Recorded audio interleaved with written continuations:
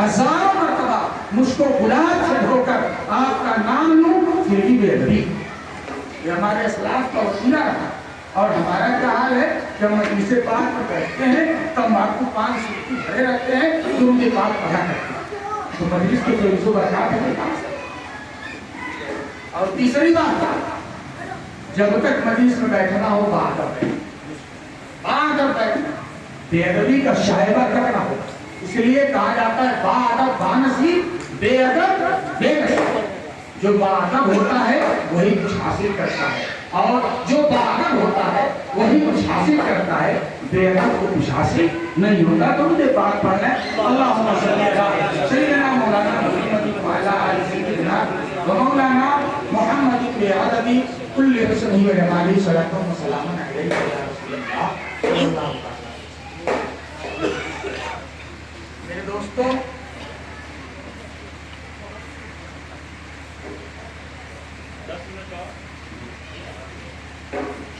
میرے دوستوں،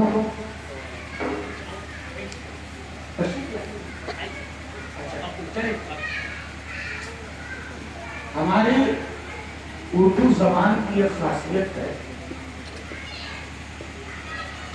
ایک چاشنی ہے کہ جب ہمیں کوئی بات، جیسے ہم کسی چیز کو دیکھتے ہیں اس کی تعریف ہم نہیں کر پاتے، یا یوں کہنا کہ تعریف کرنے کے لیے الفاظ نہیں ہوتے ہیں، تو ہم کیا کہتے ہیں؟ کیا بات، واہ کیا بات، یہی تو کہتے ہیں۔ کوئی چیز ہم نے دیکھی اور اس کی تعریف ہم نہیں کر پا رہے ہوں، ہماری زبان تعریف کرنے سے قاصر ہو، تو ہم کیا کہتے ہیں؟ واہ کیا بات، اور اسی میں تعریف بھی ہو جاتی ہے، اسی میں اس چیز کی تعریف بھی ہو جاتی ہے۔ اسی پر ایک شاعر نے بڑا اچھا کلام لکھا ہے، میں اس کو عرض کر رہا ہوں۔ شاعر نے لکھا، جس مہینے میں نازل ہوئے مصطفیٰ اس مقدس مہینے کی کیا بات ہے۔ جس مہینے میں نازل ہوئے مصطفیٰ اس مقدس مہینے کی کیا بات ہے، اور مصطفیٰ مل گئے سب کے دل کھل گئے پیار کے اس قرینے کی کیا بات ہے۔ مصطفیٰ مل گئے سب کے دل کھل گئے پیار کے اس قرینے کی کیا بات ہے۔ جس مہینے میں نازل ہوئے مصطفیٰ اس مقدس مہینے کی کیا بات، اور عرش لوح و قلم یہ زمین و سما، عرش لوح و قلم یہ زمین و سما، عرش لوح و قلم یہ زمین آسمان، سب خدا نے بنائے اسی عرق سے۔ عرش لوح و قلم یہ زمین آسمان، سب خدا نے بنائے اسی عرق سے۔ خون کا مرتبہ خون جانے مگر، خون کا مرتبہ خون جانے مگر، مصطفیٰ کے پسینے کی کیا بات ہے، مصطفیٰ کے پسینے کی کیا بات ہے۔ جس مہینے میں نازل ہوئے مصطفیٰ اس مقدس مہینے کی کیا بات ہے۔ اور کشف نوح میں تو گنہگار، کشف نوح میں تو گنہگار تھے، جانور تھے، بشر تھے، خطا کار۔ کشف نوح میں تو گنہگار تھے، جانور تھے، بشر تھے، خطا کار تھے۔ انبیاء اولیاء اشقیاء ہو جہاں، انبیاء اولیاء اشقیاء ہو جہاں، مصطفیٰ کے سفینے کی کیا بات ہے، مصطفیٰ کے سفینے کی کیا بات ہے۔ جس مہینے میں نازل ہوئے مصطفیٰ اس مقدس مہینے کی کیا بات ہے۔ دست حیدر میں تھی ایک انگشتری، دست حیدر میں تھی ایک انگشتری جس پہ لکھا ہوا تھا فقط مصطفیٰ۔ دست حیدر میں تھی ایک انگشتری جس پہ لکھا ہوا تھا فقط مصطفیٰ۔ ایک دن کبریا نے علی سے کہا، یا علی اس مدینے کی کیا بات ہے، یا علی اس مدینے کی کیا بات ہے۔ جس مہینے میں نازل ہوئے مصطفیٰ اس مقدس مہینے کی کیا بات ہے۔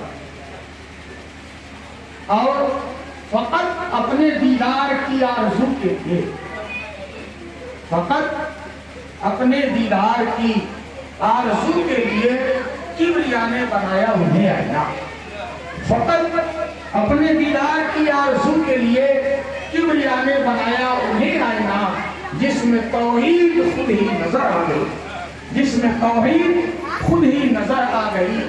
اس حسین آبدینے کی کیا بات ہے، اس حسین آبدینے کی کیا بات ہے، اس مہینے میں نازل ہوئے مصطفیٰ، اس مقدس مہینے کی کیا بات ہے۔ اور تیرے بچوں کا نوکر فرشتہ بھلا، کیا پڑھائے تجھے، کیا سکھائے تجھے؟ تیرے بچوں کا نوکر فرشتہ بھلا، بھلا کیا ہے؟ بھلا، تیرے بچوں کا نوکر فرشتہ بھلا، بھلا ہے، بنا نہیں کہ تیرے بچوں کا نوکر فرشتہ بنا، کیا پڑھائے تجھے کیا؟ اور بھلا کا تعلق اگلے مصرے سے، مصرے ثانی سے، تیرے بچوں کا نوکر فرشتہ بھلا، کیا پڑھائے تجھے کیا سکھائے؟ تیرے بچوں کا نوکر فرشتہ بھلا، کیا پڑھائے تجھے کیا سکھائے تجھے؟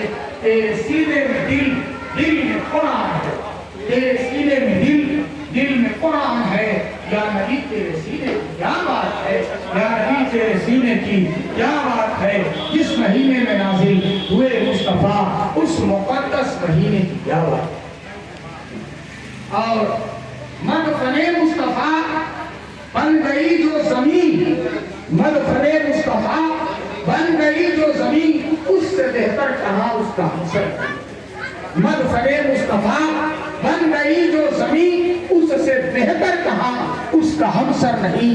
آؤ خضرا کے گنبد سے مل کر کہے، آؤ خضرا کے گنبد سے مل کر کہے، تیرے اندر دفینے کی کیا بات ہے، تیرے اندر دفینے کی کیا بات ہے، جس مہینے میں نازل ہوئے مصطفیٰ، اس مقدس مہینے کی کیا بات ہے۔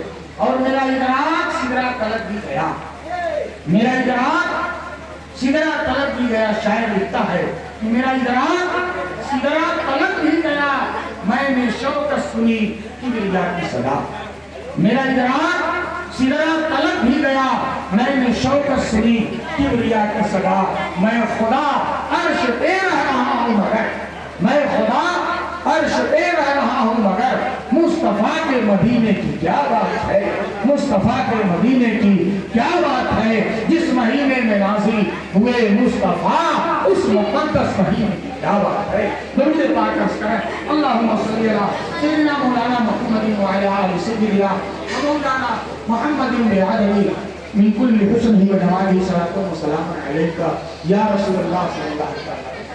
میں تھوڑی سی تشریح کر دوں، لاسٹ کا اخیر کا جو دو شعر میں نے پڑھا، ایک تو مدفن مصطفیٰ بن گئی جو زمین، اس سے بہتر کہاں اس کا ہمسر نہیں، اور دوسرا والا شعر کہ میرا ادراک سدرا طلب بھی گیا، پورا صاحب جذب القلوب، جذب القلوب کتاب ہے، اس میں یہ لکھا ہوا ہے، یہ آپ نے پڑھا ہے، رب تعالیٰ کے نام، آپ قرآن مقدس پڑھتے ہیں تو فرسٹ پیج پر آپ جیسے ہی قرآن کھولیں گے تو اسماء لکھا ہوگا 99، اسی طرح سے میرے آقا کے بھی 99 قرآن شریف کے اخیر میں دیکھیں گے آپ، تو صاحب جذب القلوب لکھتے ہیں اسی طرح سے مدینہ شریف کے، مکہ شریف کے بھی 99 نام ہیں اور مدینہ شریف کے بھی 99 صاحب جذب القلوب۔ اچھا، اتنا لکھنے کے بعد وہ لکھتے ہیں، کہیں لکھتے ہیں کہ مکہ افضل، وجوہات بیان کرتے ہیں، ان وجہوں کی وجہ سے مکہ افضل، کہیں لکھتے ہیں کہ مدینہ افضل، کبھی لکھے مکہ افضل، کبھی لکھے مدینہ افضل، اسباب بتاتے جاتے ہیں، اس وجہ سے، اس سبب سے مکہ افضل، اس سبب سے مدینہ افضل، یہ لکھتے جاتے ہیں۔ اخیر میں انہوں نے لکھا کہ سنو، جہاں میرے پیارے آقا مدفون ہے، جہاں سرکار کی قبر انور ہے، وہ سرزمین، وہ جگہ پورے روئے زمین کیا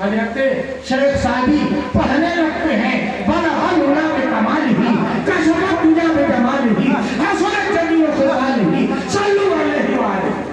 پڑھنے لگتے ہیں پوری مجلس پر وجد طاری ہو جاتا ہے. شرف الدین سراجی پڑھنے لگتے ہیں پوری مجلس پر وجد طاری ہو جاتا ہے. میں ایک بات اور بتا دوں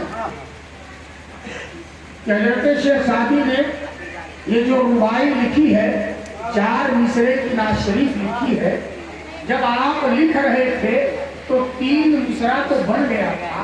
بلغ العلا بکمالہ کشفت دجا بجمالہ حسنت جمیع خصالہ. 3 مصرے 3 لائن آپ نے لکھ دیے تھے، چوتھا مصرع نہیں لکھا جاتا. چوتھا مصرع نہیں بن پا رہا تھا. ادھیر بن میں کئی دن بیت گئے. ایک رات پریشان تھے نیند کے عالم میں. سرکار تشریف لائے. حضرت شیخ سعدی نے میرے آقا کا دیدار کیا. اے سعدی تم پریشان کیوں ہو؟ حضرت شیخ سعدی عرض کرتے ہیں اے میرے آقا میں ایک نعت شریف لکھ رہا تھا، نعت شریف ختم کر رہا تھا. اے میرے آقا 3 مصرے بن گئے ہیں، 3 لائن لکھ دیا ہوں، چوتھا مصرع بن نہیں پا رہا ہے. میرے آقا فرماتے ہیں سعدی سناؤ، اے سعدی پڑھو. حضرت شیخ سعدی عرض کرتے ہیں بلغ العلا بکمالہ کشفت دجا بجمالہ حسنت جمیع خصالہ. چوتھا مصرع اے میرے آقا مجھ سے بن نہیں پا رہا ہے. میرے آقا فرماتے ہیں اے سعدی سوچتے کیا ہو، پڑھ دو صلو علیہ وآلہ صلو علیہ وآلہ کی درود میرے آقا پر بھی ہو اور انجال پر بھی، درود سرکار پر بھی ہو اور انجال پر بھی ہو. تو خیر حضرت امیر خسرو سرکار کی مجلس کو دیکھتے ہیں. جب آپ کے شیخ نے، آپ کے پیر و مرشد نے چادر اڑائی، جب آپ کہتے تھے سعدی کی بات الگ ہے، سعدی شیرازی کی بات الگ ہے، آپ نے پوچھا کہ حضور معاملہ کیا ہے؟ حضرت نظام الدین اولیاء نے، محبوب الہی نے آپ کو، حضرت امیر خسرو کو چادر اڑائی. کیا دیکھتے ہیں کہ مجلس لگی ہوئی ہے، مجلس لگی ہوئی ہے. میرے آقا فرماتے ہیں سعدی پڑھو. حضرت شیخ سعدی وہی نعت شریف جو ابھی میں نے بیان کیا بلغ العلا بکمالہ کشفت دجا بجمالہ حسنت جمیع خصالہ صلو علیہ وآلہ پڑھ رہے ہیں. اس کے بعد آپ نے چادر ہٹائی. حضرت امیر خسرو عرض کرتے ہیں حضور یہ بتائیں کہ سعدی شیرازی کی زبان میں اتنا اثر کہاں سے آ گیا کہ یہ اتنا بہترین کلام لکھتے؟ اثر کہاں سے آ گیا؟ تو حضرت محبوب الہی فرماتے ہیں اے خسرو سنو، حضرت سعدی شیرازی کے منہ میں حضرت خضر نے اپنا لعاب ڈالا. حضرت خضر نے سعدی شیرازی کے منہ میں اپنا لعاب ڈالا ہے. اس لعاب کی یہ برکت ہے کہ ان کے منہ سے اتنے اچھے اشعار نکلے. اچھا اب اس کے بعد ایک دن حضرت امیر خسرو کی ملاقات، اس سے حضرت خضر اور محبوب الہی کی شان، محبوب الہی کی شان کیا توڑ گیا. جو خود محبوب الہی اس کی شان کو کیا گیا. بس اتنا بتا دوں کہ آپ کے وقت میں ایک انسان نے اپنے پیر سے کہا میں حضرت خضر سے ملنا چاہتا ہوں. صاحب سبع سنابل شریف حضرت میر عبد الواحد بن گیلانی قدس اللہ سرہ فرماتے ہیں کہ ایک شخص نے اپنے شیخ سے، اپنے پیر سے کہا کہ میں ان سے حضرت خضر علیہ السلام سے ملنا چاہتا ہوں. آپ کے پیر، اس کے پیر نے فرمایا سنو، محبوب الہی کی خانقاہ میں جب مجلس سنا منعقد ہوتی ہے، جو انسان لوگوں کے جوتوں کی رکھوالی کرتا ہے اس سے مل لینا وہی ہے. یہ کس نے لکھا؟ سبع سنابل شریف کے رائٹر حضرت میر سید عبد الواحد بن گیلانی قدس اللہ سرہ. اچھا یہ کتاب سرکار کی بارگاہ میں مقبول شدہ کتاب. تو حضرت خضر علیہ السلام کی ملاقات اس سے ہوئی حضرت امیر خسرو سے. حضرت امیر خسرو نے کہا اے خضر علیہ السلام، آپ نے اپنا لعاب